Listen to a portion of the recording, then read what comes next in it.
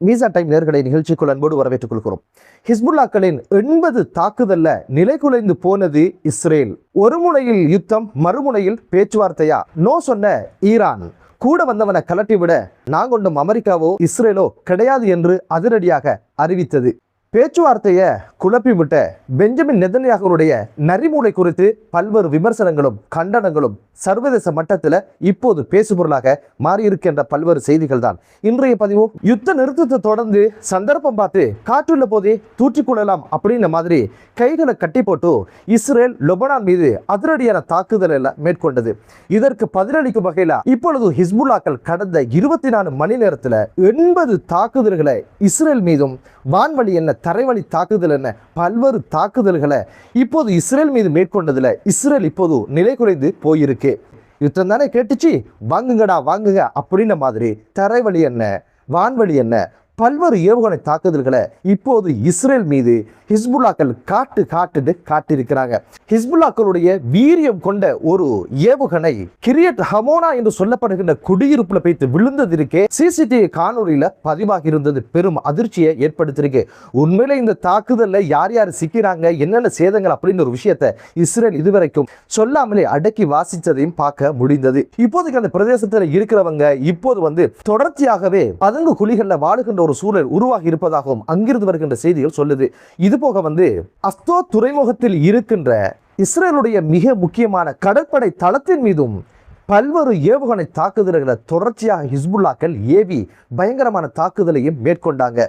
கிர்பத் யாரூன் என்று சொல்லப்படுகின்ற ஈரான் ஒரு நிலையத்துக்கு அருகில் இருக்கின்ற படை பிரிவுகள் மீதும் அதிரடியான தாக்குதலை ஹிஸ்புல்லாக்கள் மேற்கொண்டிருக்காங்க. இதுபோக லெபனான்ல தரைவழி படைகள் மீதும் பீராங்கிகள் மீதும் இடைவிடாம சுற்றி வளைச்சு உள்ள வச்சு வாங்குண்டு காட்டுகின்ற தாக்குதல்களும் இடம்பெற்றிருக்கு. கடந்த 24 மணி நேரத்துக்குள்ள 80 தாக்குதல் நடவடிக்கைகளை இஸ்ரேல் மீது மேற்கொண்டது பதிவானது. இந்த யுத்தத்தில் இதுவரைக்கும் ஒரே தினத்தில் 80 இராணுவ நடவடிக்கைகள் பதிவாகாத சூழல்ல இந்த யுத்தம் இப்போது அடுத்த கட்டத்துக்கு நகர்ந்திருக்கு அப்படின்னு ஒரு விஷயத்தை ஹிஸ்புல்லாக்களுடைய தாக்குதல் படம் பிடிச்சு காட்டுது.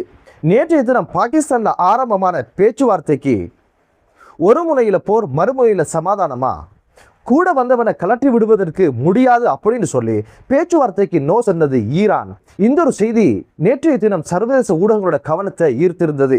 எனவே எமக்காக போராடிய ஹிஸ்புல்லாக்களை கலட்டி விட்டு இந்த யுத்தத்தில் பேச்சுவார்த்தைக்கு வர முடியாது, ஒட்டுமொத்தமான போர் நிறுத்தம் அப்படின்னு சொல்லிட்டா பேச்சுவார்த்தைக்கு வாரோம் அப்படின்னு சொல்லி பாகிஸ்தான் பக்கமே போகாம அதிரடியான ஒரு அறிவிப்பை விட்டிருப்பது சர்வதேச அளவுல மிகப்பெரிய ஒரு பேசுபொருளாக மாறி இருந்தது.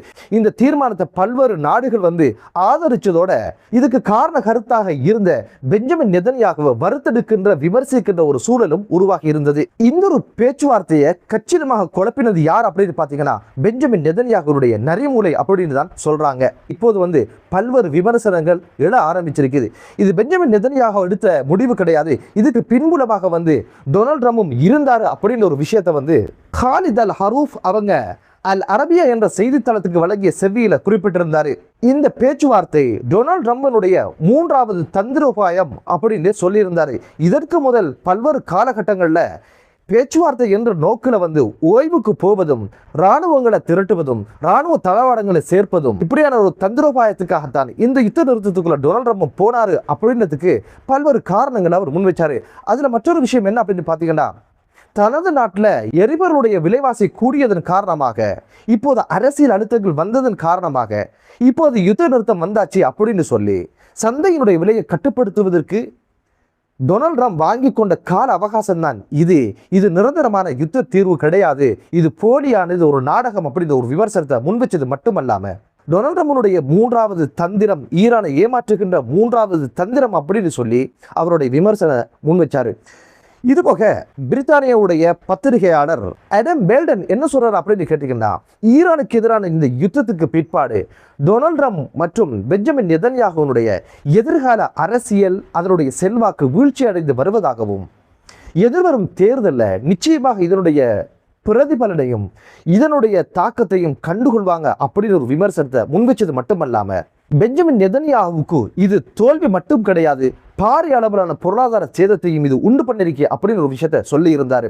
டொனால்ட் ட்ரம்பினுடைய எதிர்கால அரசியலும் கேள்விக்குறியாக இருப்பதாக சொன்னது மட்டுமல்லாம இந்த ஒரு யுத்தத்தை பெஞ்சமின் நெதன்யாகு முன்னின்று நடத்துவதற்கு தைரியம் இல்லாமலே இதுக்குள்ள டொனால்ட் ட்ரம்பையும் இழுத்து விட்டு சமாதானத்தை கூட விரும்பாம யுத்தம் செய்யணும் அப்படின்னு ஒரு முனைப்போட மேலும் மேலும் ஏதோ ஒரு அரசியலை செய்து கொள்வதற்கான முனைப்பை பெஞ்சமின் நெதன்யாகு செய்கிறார் அப்படின்ற விமர்சனத்தையும் அவர் முன் வச்சிருந்தார்.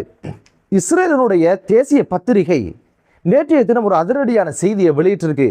ஈரானுக்கு எதிரான யுத்தத்தில் கிட்டத்தட்ட இஸ்ரேல் 20 பில்லியன் அமெரிக்க டாலர்ஸை செலவழித்ததாகவும் இவை அனைத்தும் இராணுவத்துக்கான செலவாகவும் அதுபோக பொருளாதார ரீதியான இழப்புகள் வேறு அப்படின்னு சொல்லி இருந்தது மிகப்பெரிய ஒரு தாக்கத்தை இஸ்ரேலிய மக்களிடையே உண்டு பண்ணிருக்கு.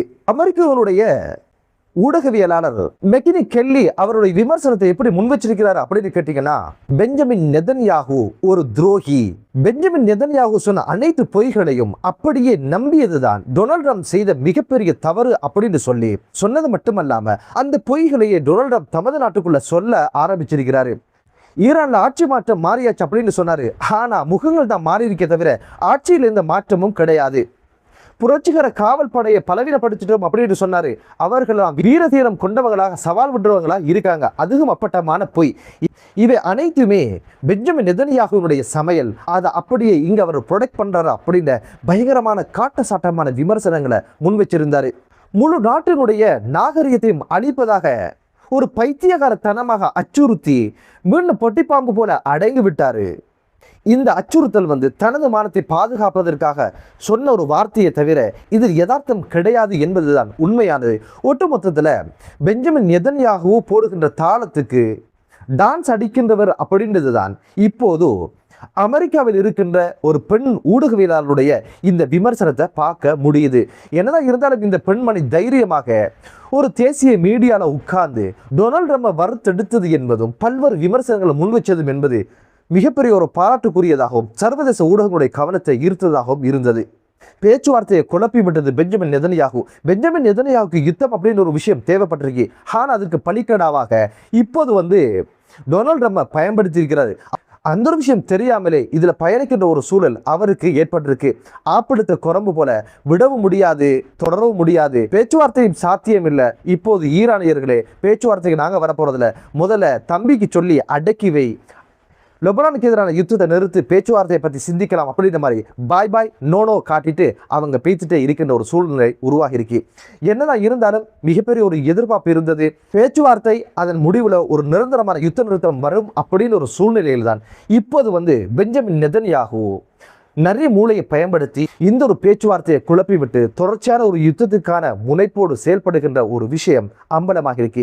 என்னதான் இருந்தாலும் உண்மையான சமாதானத்தை விரும்புகிறது யாரு, உண்மையான பயங்கரவாதி யாரு அப்படின்னு ஒரு விஷயத்தை இப்போது உலகம் புரிந்திருக்கும். பொறுத்து பார்க்கலாம் மத்திய கிழக்கு நாடுகளில் அடுத்த கட்டம் என்ன வகையாக நகரப்போகுது, போர் மூலமா சமாதானம் மலருமா அப்படின்னு ஒரு விஷயத்துக்கு காலம்தான் பதில் சொல்ல போகுது. என்னதான் இருந்தாலும் வடமையான பிரார்த்தனை தான் மத்திய கிழக்கு நாடுகளில் அமைதியான சூழல் உருவாகட்டும் என்ற பிரார்த்தனையோடு மற்றொரு காணொளியிலே உங்கள் அனைவரையும் சந்திக்கும் வரை விடைபெறுகிறேன். நன்றி.